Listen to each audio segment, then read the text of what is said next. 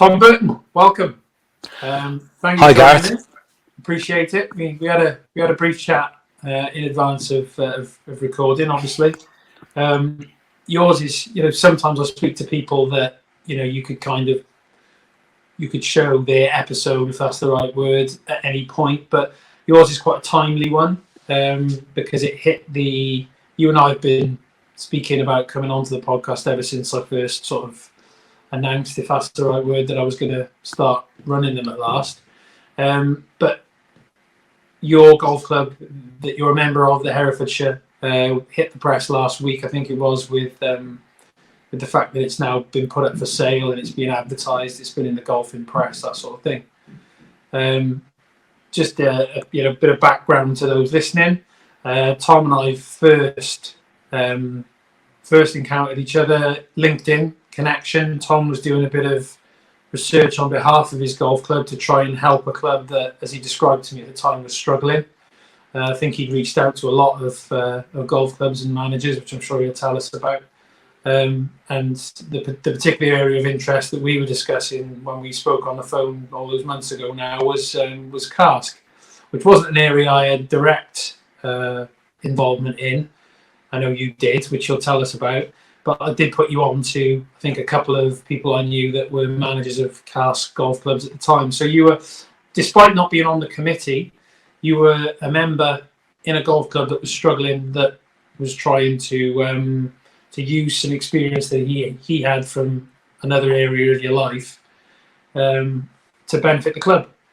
So that's the background of where we met. That's why the timing of Tom coming on now. As I said, just to be clear, Tom's here giving us the viewpoint of a member that cares deeply about his golf club and has been trying to help from the sort of fringes without being the official voice of the golf club or anything else. He's not on committee, which I think sometimes gives us a different perspective from maybe what we might read in the golfing press. So Tom, I guess a good place for you to start is we've seen the headlines, a lot of us, about the Herefordshire being up for sale, but that doesn't mean a great deal.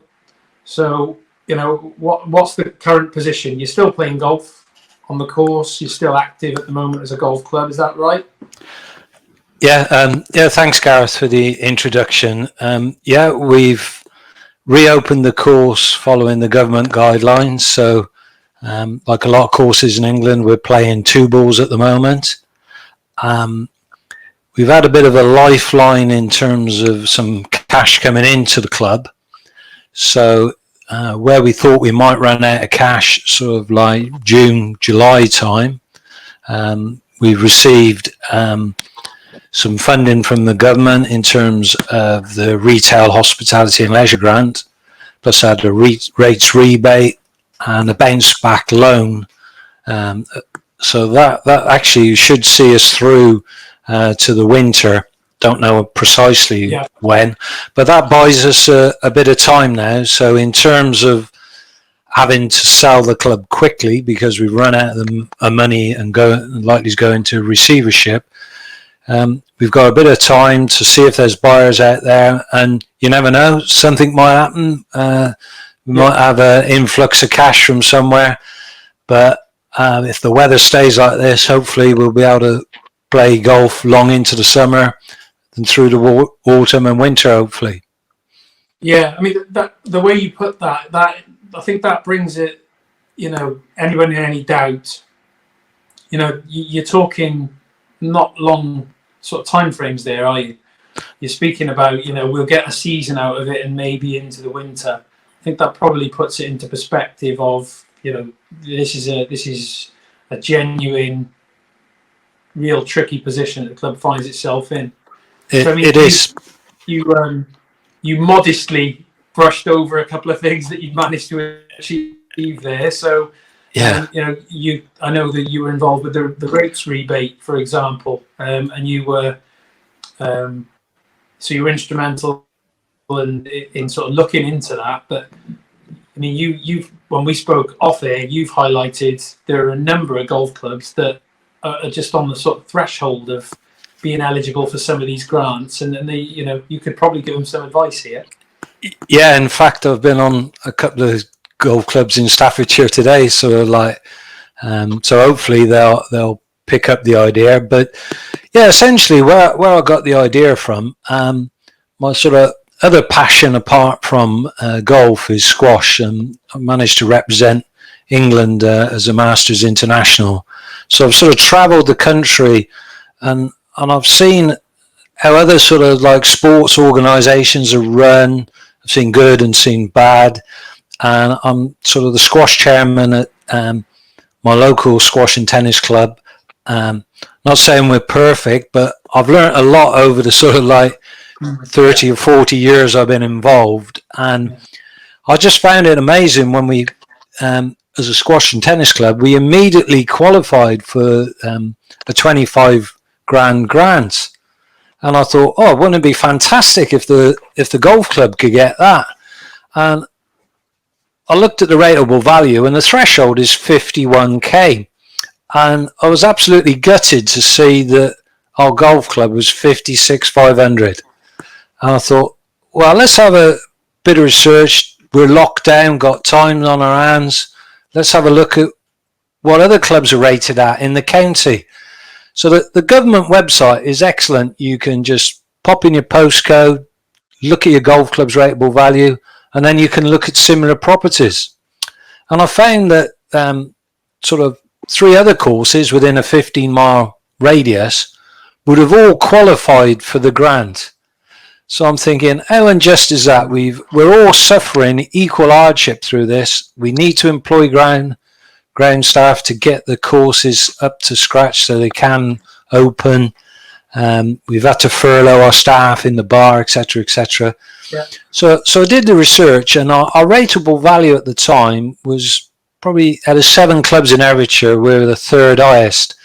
And following the help of my local MP, we've got it to the lowest now. So we managed to knock 11k off our rateable value. And I was just overwhelmed. I thought we might be able to knock about 6 grand off, because there was an obvious area with our error with our practice area. We were being charged 6 grand rateable value for that. That was clearly wrong. I found the guidelines. There's some excellent guidelines on the web that tells you how golf courses are valued. So essentially we cut a process that's normally 12 to 18 months that if you go through the valuations office agency. And I must admit that our MP, Bill Wiggin, was absolutely superb, took our case on, escalated to the chief executive of the VOA, and just we had a notification came via post to say, oh, it's been adjusted. So not only did we get the 25k in our bank account within a week, we qualified for a rate rebate for 3 years, which gave us another 11k. We didn't get everything I'd hoped for, because there's a thing called transactional relief, which caps how much your rateable value can go up and down. But all in all, that's a cash injection of like 36k into the golf club at a time when the club was actually desperate for it. Yeah. I mean, that's a huge victory, isn't it? And when you think of, all that was a little bit of time spent by somebody, and it probably helped that it was somebody that maybe wasn't right at the heart of the committee looking at it, because they probably had a whole load of other responsibilities as well that they were probably trying to juggle in the middle of all of this. I mean, that's incredible. I mean, you said practice ground there. I think when we spoke off there, it's a putting green, isn't it? Yeah, we got a bit of a putting green, and we've got a couple of holes that you can sort of hit down to, but they're not really suitable for practice, to be fair. Yeah. And I just compared it with a course that's 3 miles down the road, whose facilities are far better than ours. And the actual guidelines say normal practice facilities, other than say a driving range or something like that, are included within the overall rateable value of the course. It shouldn't be rated separately, and so they just put a line through that 6,000. So yeah, it was clearly wrong, and that was the basis of our appeal. But then they knocked about 2.5 grand off the course rateable value, and about 10% of the various rooms in the property. So that gave us the 11K reduction. So it was a massive win. So like you said earlier, there's quite a few golf clubs out there. I've seen one, Woolstanton, is like £500 over. That was one of the things that fascinated me when I was talking to you, the other night when we were just going over how we sort of run this chat, and you reeled off the names of like 3-4 golf clubs that weren't even in your region sometimes, and sort of named these clubs that they're only £500-600 over, that sort of thing. And so the level of detail you've gone into to look at this, it's almost like a project that you've looked at. It just goes to show really that, sometimes, whether you've got a big committee, small committee, big team of staff or small, if you can find someone who's got, the ability, obviously, but also the time and the want to go and look at these things in isolation, it can be a huge benefit to clubs. I mean, that could buy you months of sort of oxygen as a club, couldn't it, that sort of money? Absolutely. And what I try to do is use my skills. I'm a retired program manager of 37 years in BT, and for probably the last 10 or 15 years, my driver in my objectives every year was, I used to think, if I can save at least my salary, they'll keep the wolves off the door and I'll be in a job, Yeah. So it was sort of like driven into you to save money year on year. So in essence, I'm an engineer, but I've got a bit of a passion for numbers and stuff. So my job evolved over the years into a commercial program manager.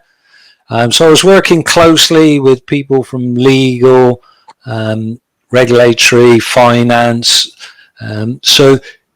Essentially, you'd write a business case and you'd have to go to a senior management board and put something that was really complex into succinct language. So I've sort of used those skills. So I was always having to research, always new technology coming in. So you're constantly learning. So I thought, done nothing with regards to business rates in my life.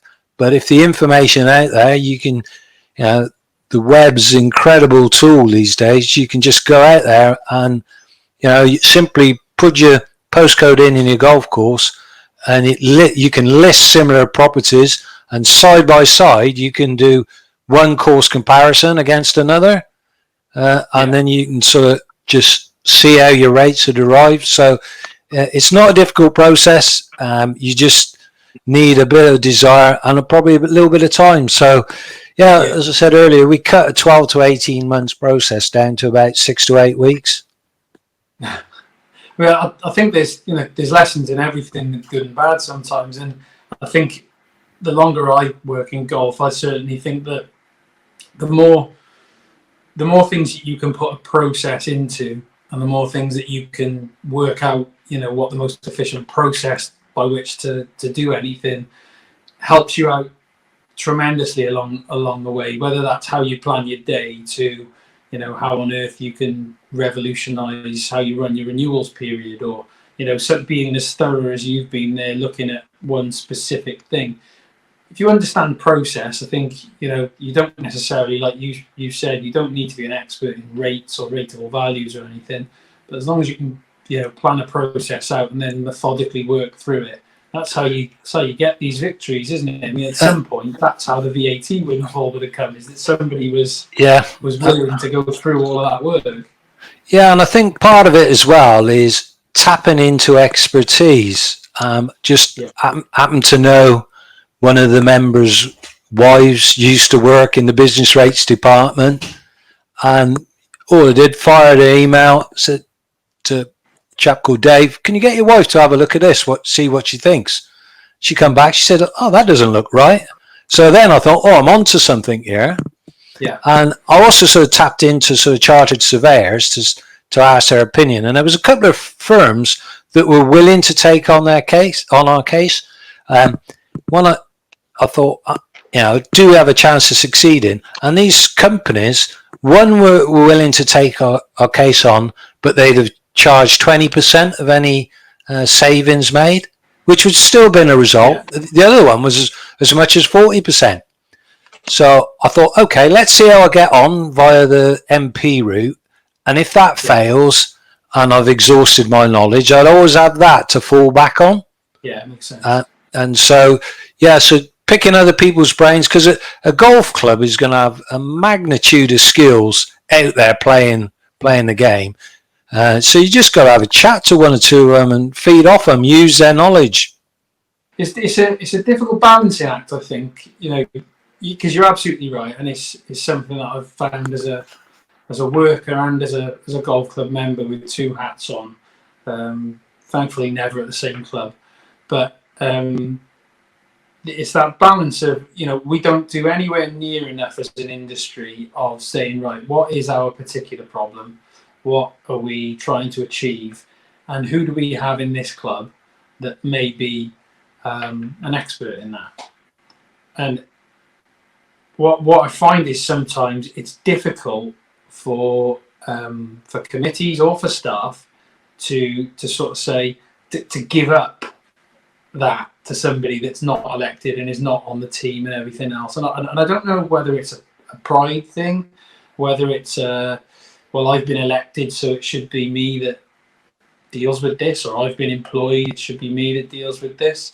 We don't do enough of it, and I think by your case study, just of that rates relief victory, which obviously has an initial cash injection, but if the club successfully manages to continue, that's going to be a year-on-year saving for you all as well, isn't it?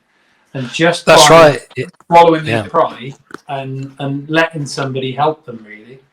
And it's funny, it happens across the industry, whether you're a big club, small club with a huge team of staff, clubs with a general manager and a deputy general manager, or whether it's one that's completely run by the members with no real admin staff at all.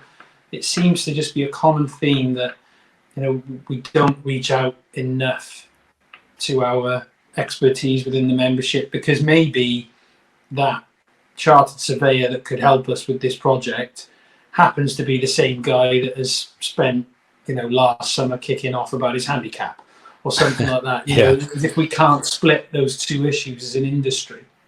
Interesting. But I first encountered the Herefordshire, as something that sort of caught my eye, and I found the news article again earlier. I was telling you before we press record here, 2016, and there was an article that was up to 200 members are leaving the Herefordshire, and some key staff as well. And you click onto the news article, and the truth of it actually is that the club's lost about 50 members net. And I thought, well, which club hasn't at some point over the last 15 years? We all have bad renewal periods. And it said, I think at the time the head pro was leaving or something like that. And that's where the article ended. It didn't sort of elaborate. It didn't say whether there'd been a big political hoo-ha or something that had made all these people leave. It didn't say, a new course opened down the road and this is what had caused it.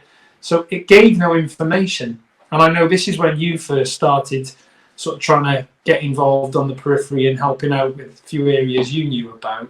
I mean, before we get into what you tried to do with the club, and the club's committee were keen to use the sort of expertise that you'd had from your squash club life. Was that just one of those freak years, or was there a reason that all of those people were leaving at once? I think it was just a case of sort of people drifting away over the years. We got high demographic in terms of age groups of the golf course. It's a strength and a weakness of the course is it's quite hilly, but you get fantastic views. There's a course competition down the road, very flat course, easy to walk, similar price range, slightly better practice facilities, run by an individual as a private club. So I just don't think we'd moved from the times when I first joined the club, when there was a waiting list of members and you paid a join-in fee. Those days are long gone now, sort of the golf clubs. So over the years, the culture had never really changed, and the financial control wasn't basically tight enough. There was a lot of bad financial decisions made over a number of years, not down to one individual, so, several individuals, I would say.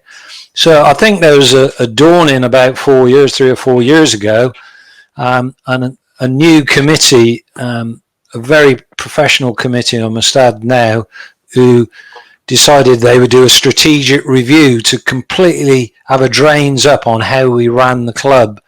And I think one of the big things they found was there was too many people on the executive committee.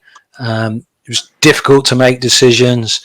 So they've slimmed down the committee. They've, for example, let the captain concentrate on organising golf and not financial decisions. So the restructure of the club was really, really good. But I think it came a little bit late. And where I sort of tried to add my sort of expertise to the party was that I read the documents on the strategic review, and they mentioned about cask registration, which is Community Amateur Sports Club. Yeah. And there's about, I'd say, around 7,000 sports clubs in the country that are registered, and there's nearly about 400 golf clubs, roughly speaking.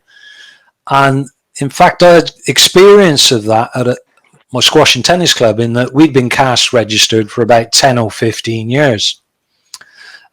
So I immediately asked a question at one of these open forums during this strategic review process, and they said, yeah, we've considered that in the past, and we didn't think it was suitable, but we are looking to get hardship relief from the local council. So I immediately thought to myself, well, I can't see the council sort of accepting that, because that comes straight out their coffers, whereas cask relief, the council will get reimbursed by the government. So they spent probably about 6 to 12 months waiting for the council to reply, just really slow process.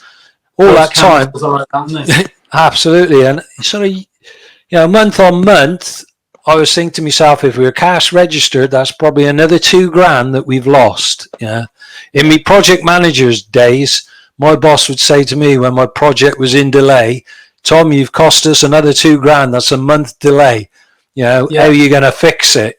So I find it's the sort of, even in golf, that kind of approach is. I remember, it's closed now, so maybe it's not the greatest case study, but not a million miles away from sort of your area there in Wales was Dewstow. I know, yeah. Dewstow had 2 golf courses, didn't it, at one point? Yeah. And the owner's attitude was, if he sat out on the sort of patio, balcony type of area, every 10 minutes that went by, nobody was going down that first hole, there was a financial figure that he would tell the manager. That's another 80 quid, another 80 quid, that sort of thing. It was that sort of approach. It's not something that's crept into member clubs a great deal, I wouldn't say. But, I totally get how you're thinking about that. It's capacity, isn't it? And so they essentially just sat waiting for a council for a year, which lots of us can probably appreciate that's not uncommon either. No, it's the Herefordshire Council, and it's a slow burn. Yeah, and I think once the treasurer actually got hold of the right person to provide a response, it was a resounding no. And ironically, they said, have you tried cask? And I why I like cask so much, and I think there's a lot of misinformation about it. Reluctance, it's a bit of change. People very often don't like change, not comfortable with it, and I just felt that we'd seen it be a lifesaver at our squash and tennis club. Our business rates are not that of a golf club, they're about £10,000 a year, but it's all relative. So I look back over the last 10 years and we'd saved £10,000 in business rates, which is meant that through this virus and crisis we're in now, we've got a surplus of funds that isn't putting us under pressure. We can sit and ride this out. I think all leisure industries will struggle going forward, but that having that sort of contingency fund there to call upon is going to be a lifesaver for us. And what I liked about it is most of our members wouldn't know that we were cask registered. All they see is money being invested into the squash courts, the tennis courts, the clubhouse, paying a reasonable amount of money. Happy days, they're playing their sport. If I sort of rewind back to the sort of like the change of constitution that you need to register for cask, and that's basically if the club dissolves, that any money goes to a charity or another cask registered club. So a lot of people just want to share the golf club. If it was to dissolve, their attitude is, if it goes down the pan, I want to share. Personally, I struggle with that attitude because I just want to see that golf club survive for future generations to enjoy. That's my mindset, but I appreciate other people's views. The other one is sort of like, you got to make your golf course affordable for all. And the rules tightened up on cask probably about 4 or 5 years ago, and a few clubs fell foul on it. But as long as you sort of allowed members into your club, if they couldn't afford the fees, if they were above £520 a year, you basically had a method of perhaps means testing. But the clubs I spoke to that have done this, and there's not many golf clubs around now whose green fees are £520. I reeled off a few locally, Leominster Golf Club close to Hereford, Kington Golf Club, the Monmouthshire, reeled off loads of different golf clubs. And the one that struck out for me during my research really was the Royal Eastbourne. Now there's quite an affluent golf club, 36 hole, massive rates bill, and they were cask registered. So I thought, well, if it's good enough for them, sure, how do they get round it? Call up to their manager, so how have you done that? Oh, simple form. He even sent me a copy of the form. Simple means tested. I think they had a couple of people who had registered. So it's all doable if you got the desire to do it. But a good friend of mine from the squash club, who's also a keen golfer, passionate about both with me, and he when we were discussing it, he's seen the success of cask at the squash club, and he said, Tom, I can't believe they're doing this. We're planning to fail. So if you're successful and you got your rates relief, then cask doesn't come into the equation. It really doesn't. And so if you're saving anything from 22 grand to 28 grand, because you get a mandatory 80% relief plus a discretionary 20%. So some clubs could be getting close to 100% rate relief. And I've seen some massive sort of rateable values on golf courses around the country.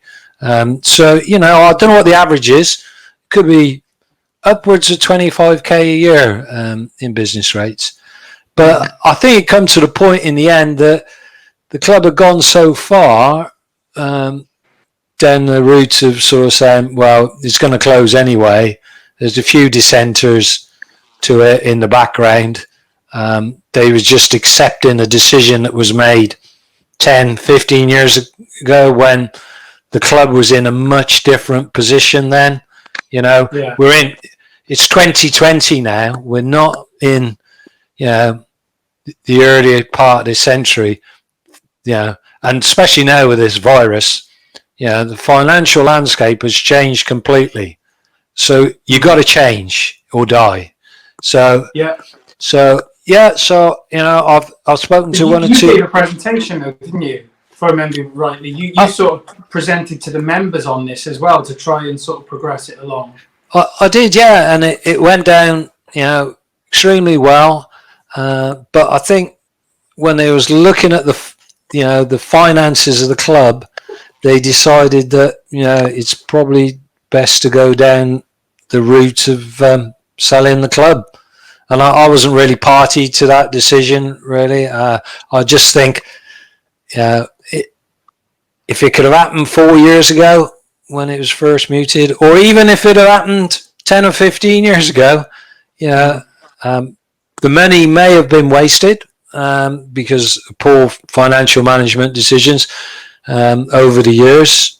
But at least you wouldn't be paying, like our rates bill, for example, would have been 28,900. Thankfully, the government have given a business rates holiday this year to all golf clubs, I believe. So, it was a great opportunity. I've not spoken to one golf club that regrets doing it, to be honest. I think you've done exactly the important thing there, and again, I generalise, but we, as an industry, we don't.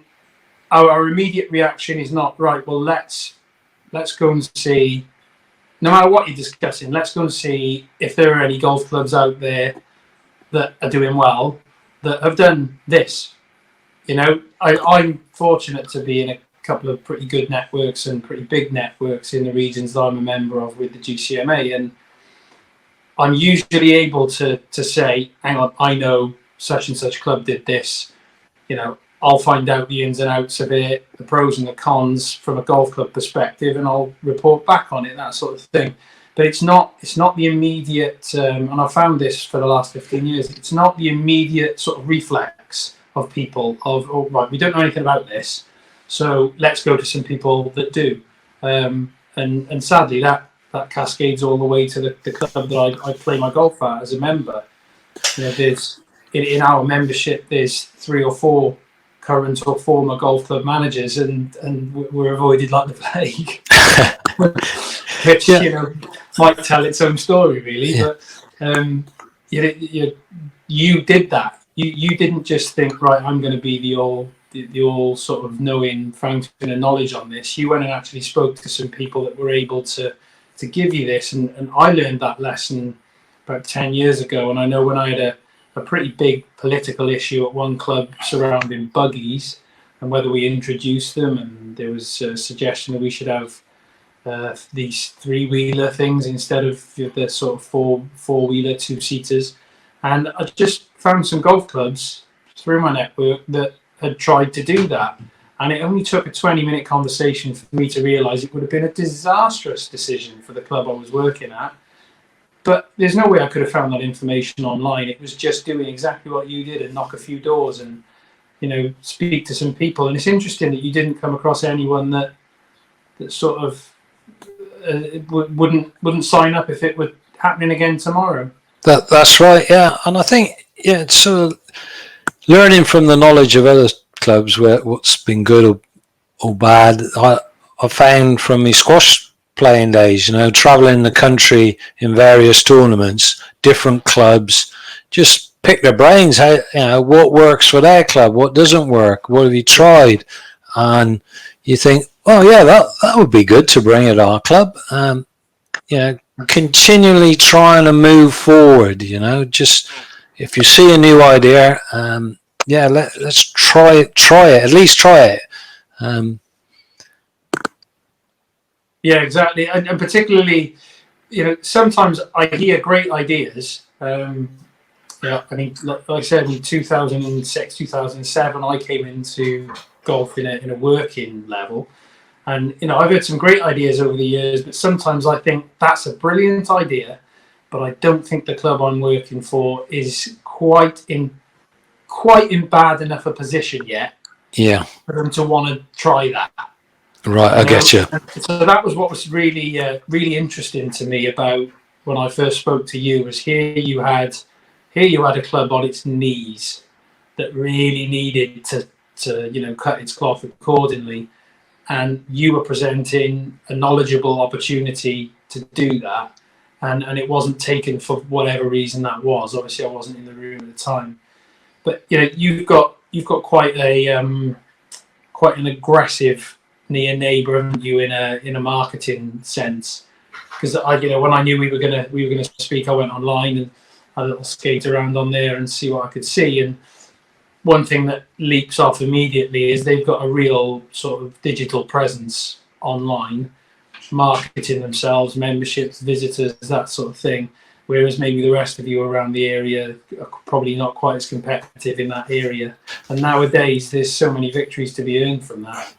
Yeah, well, I think the golf club, I think, which you're alluding to, is probably about 3 miles down the road, and it's owned by a successful businessman who's made his money out of sports goods, and he's a passionate sort of sportsman himself.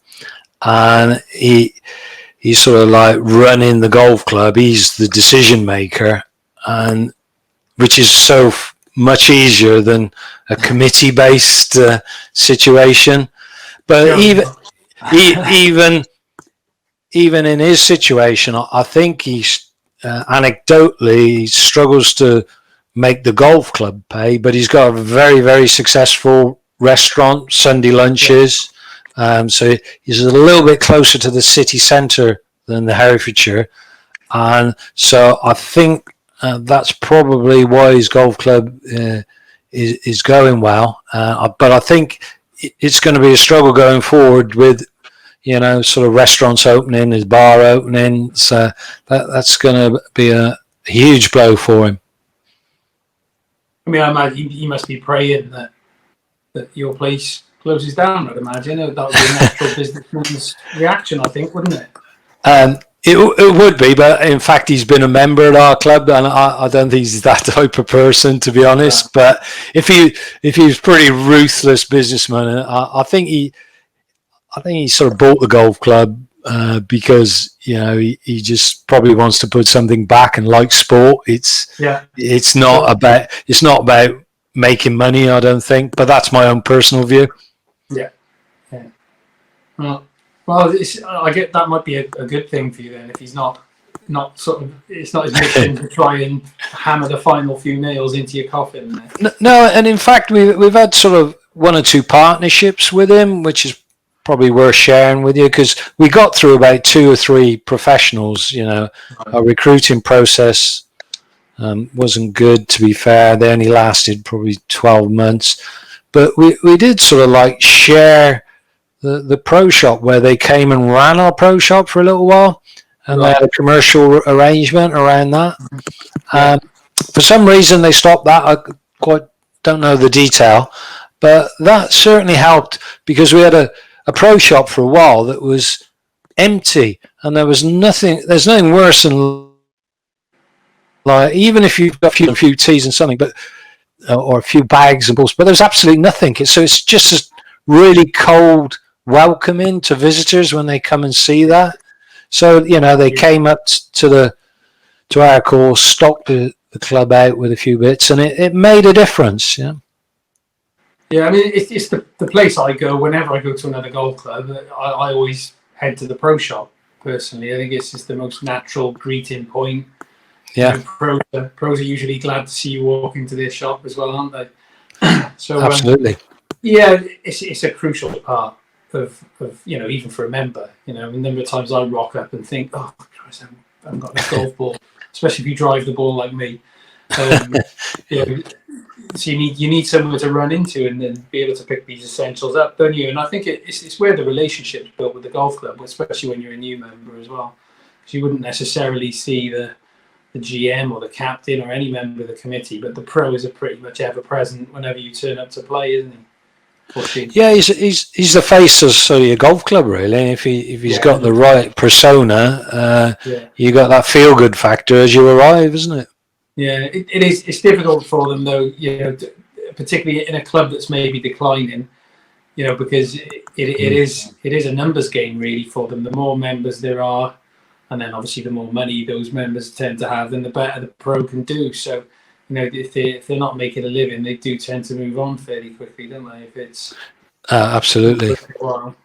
Yeah, I mean so the strategic review, I know you're a fan of, but I think you said probably the words that you used earlier on was just probably a little too late for that sort of thing. Do you think? I think so. Yeah, the sort of like the treasurer was sort of uncovering all sorts of things in the accounts that were unexplained, and it took a while to get underneath it all. And ideally, you should be able to take on the accounts that just sort of like a seamless changeover, really. But there was a lot of work to do, and I think the current treasurer is sort of like by getting the sort of like our house in order in terms of understanding what the sort of profit and loss on the balance sheet looks like. Basically, came to the conclusion that the club was insolvent. And just couldn't continue as it was. And I think a big issue was probably a couple of years ago when the bank refused to extend the overdraft. So that was a big problem. Fortunately, a member came forward, and the club had a loan over 5 years, but there was no way of paying it off. We're not making enough money to invest in the course and to pay back on the principal sum of the loan. So the dawning, once the actual accounts were straight, and they said, well, we're not making enough money to survive. There's no way we can pay our loan back. And I think, going through the winter last year was just absolute killer. Well, it was horrific. I mean, I'm lucky enough to work at a golf course where if anywhere will be open in my region, it'll be us. The club I worked at before that was the same. But I've also worked at, I'm confident when I say, the boggiest, wettest golf course in the United Kingdom. I've worked at that as well. And so I've seen both sides of the coin. And I mean, this winter, I didn't play where I'm a member for 7 months. Wow. Yeah. 7 months. Now, I'm not a big winter golfer anyway, don't get me wrong, so I'm probably slightly exaggerating how much it was closed, but my father, like, he's retired now and he's an accountant, so I think he's bored, and he would text me every few days telling me how many days it's been shut since the 1st of October or something like that. Yeah. And the numbers were huge, and like I say, this club I used to work at would be even worse than that, but what can you do when it's coming down out the sky? And now, ironically, you look out the window now, and again, the fairways are burning up again, and everywhere's drying up. It's just one extreme to another, isn't it? It is. We've not had much rain for a while now. Yeah, I noticed that driving back to my house today. It's all right if you hit it straight off the tee, because it goes miles, doesn't it? Yeah. If it's offline, it keeps going. Yeah. An interesting thing I could share with you, sort of like, I sort of missed a lot of the sort of bad weather. It was particularly noticeable at our club between November and March, and with an aging membership, there's a lot use buggies. They couldn't get on the course because buggies were banned. But I went off to Australia and New Zealand and spent some time with my brother-in-law, who's a keen golfer as well. And we actually played 4 rounds of golf around the Christchurch area. And right.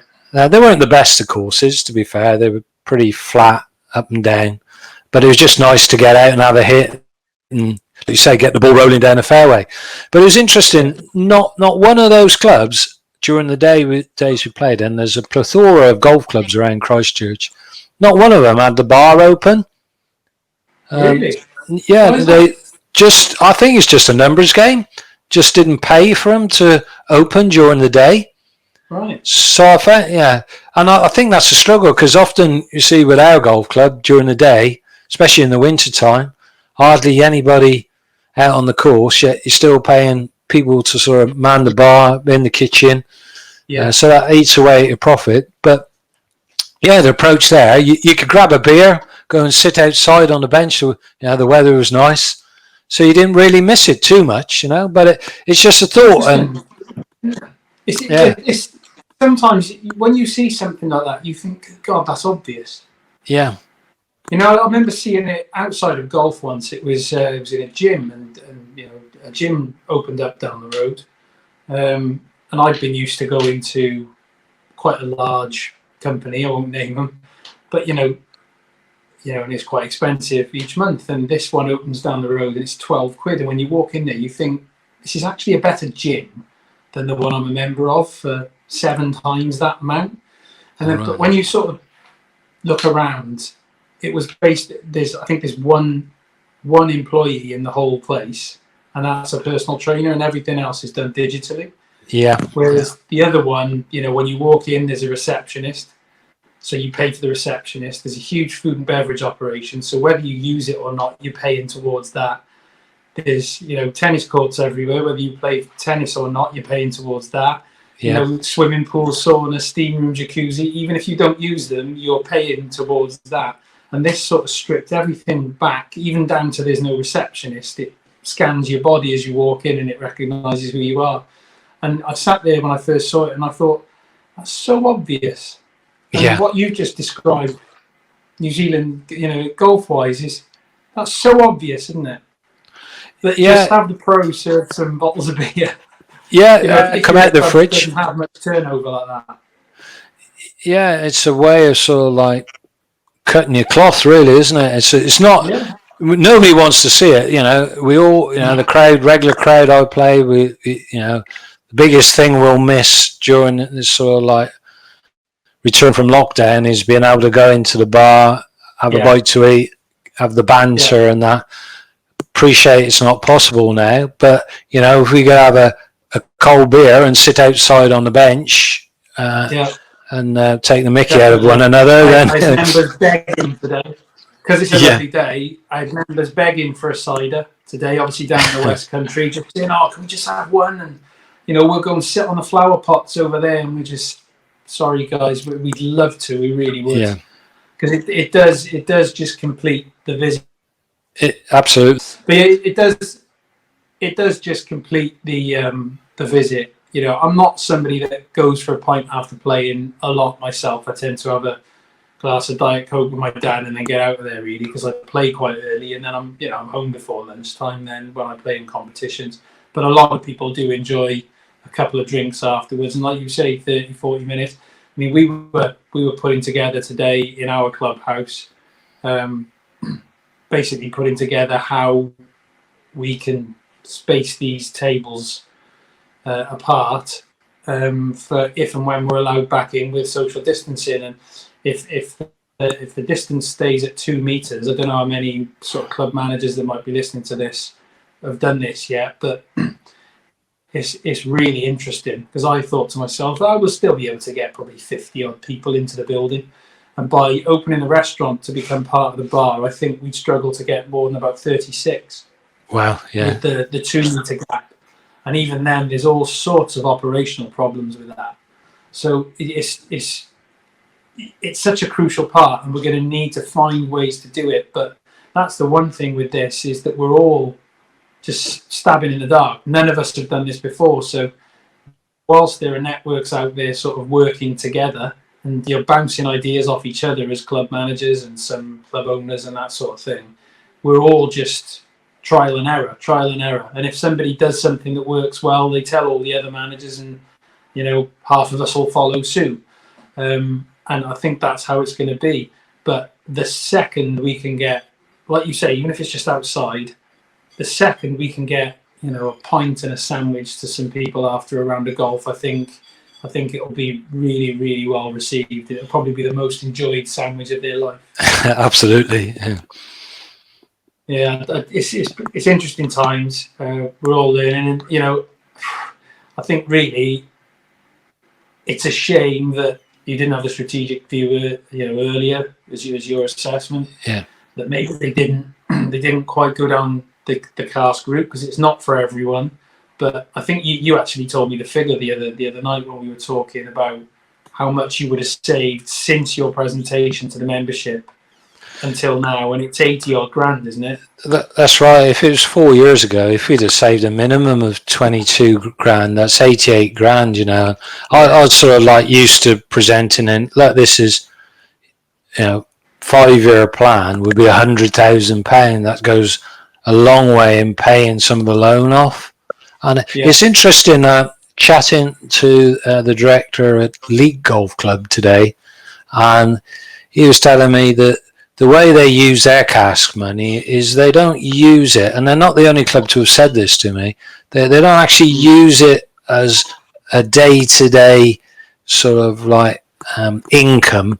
They use it as like a pot of money for capital expenditure. So if they were to ever lose it, I don't think the rules might change. They might tighten up, but I can't see the government wanting to damage 7,000 sports clubs in the country. But I thought it was a sensible approach that they get their 25 grand money that they spent on rates, put it aside in a pot, spend on capital projects, and then if they suddenly lost that, the club will still run because it's based on their normal income streams. Yeah. Mm. Yeah, it's ring fencing it is something I've heard of clubs doing that, ring fencing it, and a couple of clubs not far from where I live sold some land, and part of the members voting for that was that it would be ring fenced for projects. It wouldn't be, just frittered away or just put into income, and all of a sudden we've employed some maitre d' or something like that, and then 2 years later all the money's been spent on that. Yeah, I mean, it's an interesting one, and I wish you well, and I wish your club well in it. I mean, you set the scene nicely at the start of this chat, really, by saying, oh well, we should get a summer out of it and hopefully make it into the winter. So when people realise it's that close, sometimes, and I have seen this in the South Wales region, it can just be the thing when it gets to that point where it gets to the point where you're now, well, we've got to sell it. You never know. So, it can just be the thing that galvanises a few people to, maybe find some backers, or just something comes out of the woodwork, because golf is a sport that people like to be around, isn't it? And absolutely, yeah. Even an owner, I own a golf course is something that I think people with a few quid quite like to say if they're truthful. Yeah. So I hope really it goes well for the club, and that you can get a positive outcome from it, really. So moving on from the depressing thought of you losing your pride and joy as a golf club, so some lighter hearted stuff to finish. I sent you some questions in advance, so I saw those. Yeah. So I mean, the one that I always find most interesting whenever I talk to people about it is, if you could change one rule in your golf club, what would it be? And just to set the scene, there's no consequence to it. This is not, oh, I'd like to change this, but they go crazy. Just if you could change one rule and there'd be no political backlash, what would it be? Well, I think the latest rule changes have all been positive, I think. But the one I was disappointed they didn't change, and correct me if I'm wrong, is the one if your sort of ball's placed in a divot in the middle of the fairway. All right.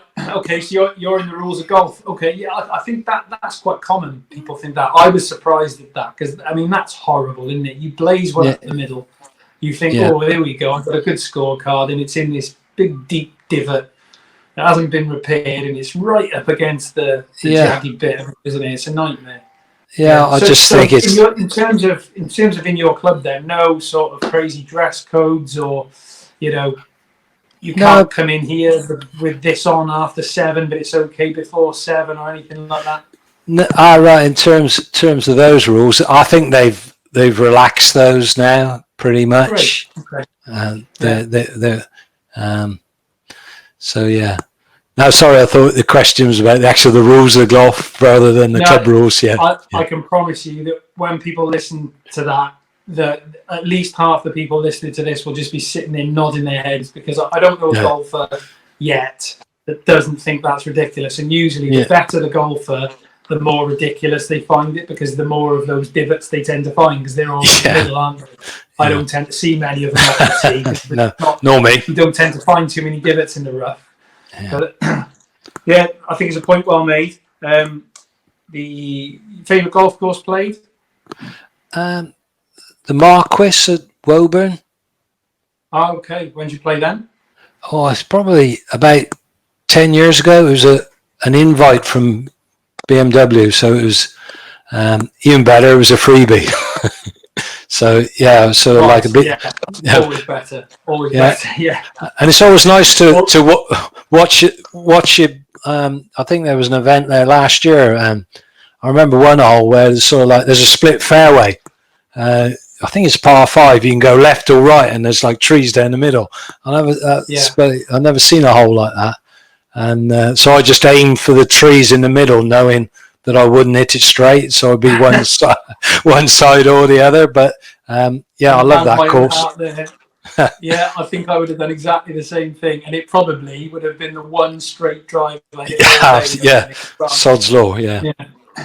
And finally, you've got as you've explained, you've got a business and management type of background, and any sort of publications, books, podcasts, audio books, anything like that you could recommend, because you've spoke with great depth about some things that you've picked up by accident, really, that weren't your job, but you're clearly someone that looks things up, that researches things, and I just wondered whether there was any that you could recommend to anyone, really.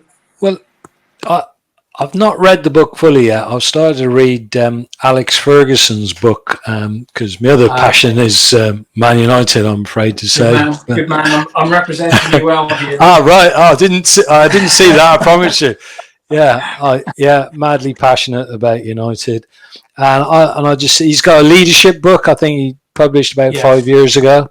And I'd really like to read that, because how he motivated these multi-million-pound players to say, look them in the eye, and if they weren't up for it the following season, didn't care who they were, out he went. Yeah. So coming from a humble background in Govan, in Glasgow, to managing multi-million-pound sort of like millionaires, and to keep doing it, the longevity and how he motivated people to do that, it'd be really interesting to read. Yeah, I've read the book, actually, and you're dead right, and you will enjoy it. And I would say, get into it. And the biggest thing I took from it, because it's about leadership, isn't it? It's not just the football, it's about empathy. So obviously, if you've got an interest in sport, at least it's easier to read, because you can put a lot of the things he says into context. But it's deliberately not just aimed at a sporting audience. And the thing I took from it that was his opinion, not necessarily saying it would be my way, but is he puts a huge emphasis on control. And when you look at all the high-profile players that maybe he got rid of over the years, that sometimes were nowhere near coming towards, their latter years, the names that even non-football fans would know, like David Beckham. David Beckham got rid of in his 20s.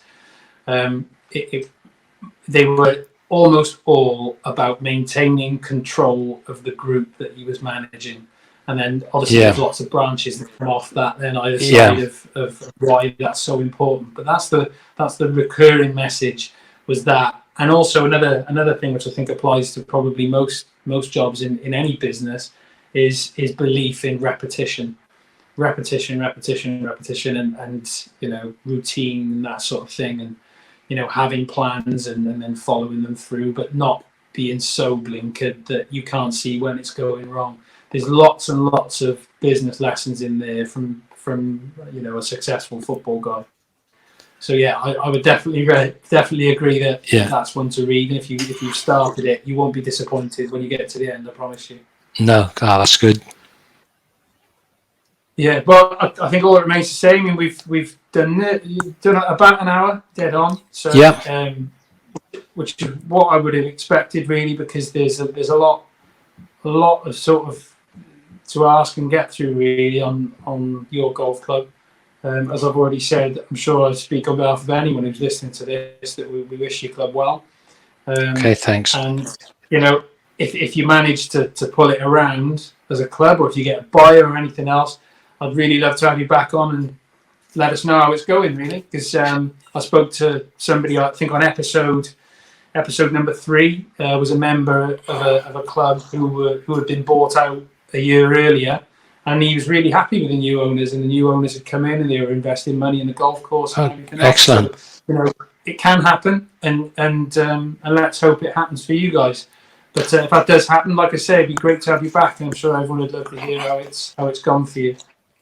Okay, So, no, thanks very much for joining us. I appreciate yeah, it. thanks for the opportunity, Gareth. And what I'd like to add is if there's any sort of golf clubs out there who sort of like want to sort of have a chat, discuss my experiences, I'd be happy to sort of share those with them. So if they contact yourself, Gareth, quite happy for you to pass my contact details. What's the best way to do it? I mean, I think that's probably the best way. I'll obviously put some contact details for myself. You know, we've skated over a couple of the things tonight to make sure that we're not talking for sort of 3 hours, which you could do on this topic. But you know, when I spoke to you the other night, you as somebody who volunteered to help your golf club try to get out of the position they were in, gave me, a 15-year golf manager, a couple of things that I'd never heard of before. So, you know, if you are a club that's looking to cut costs, there's going to be hundreds and hundreds of clubs that are desperately in need of looking to cut their costs at the moment because of the coronavirus outbreak.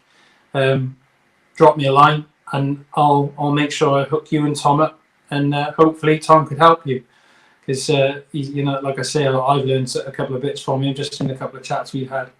So thanks, Tom, and we'll go offline there. Okay, cheers, Gareth. Thanks for joining me.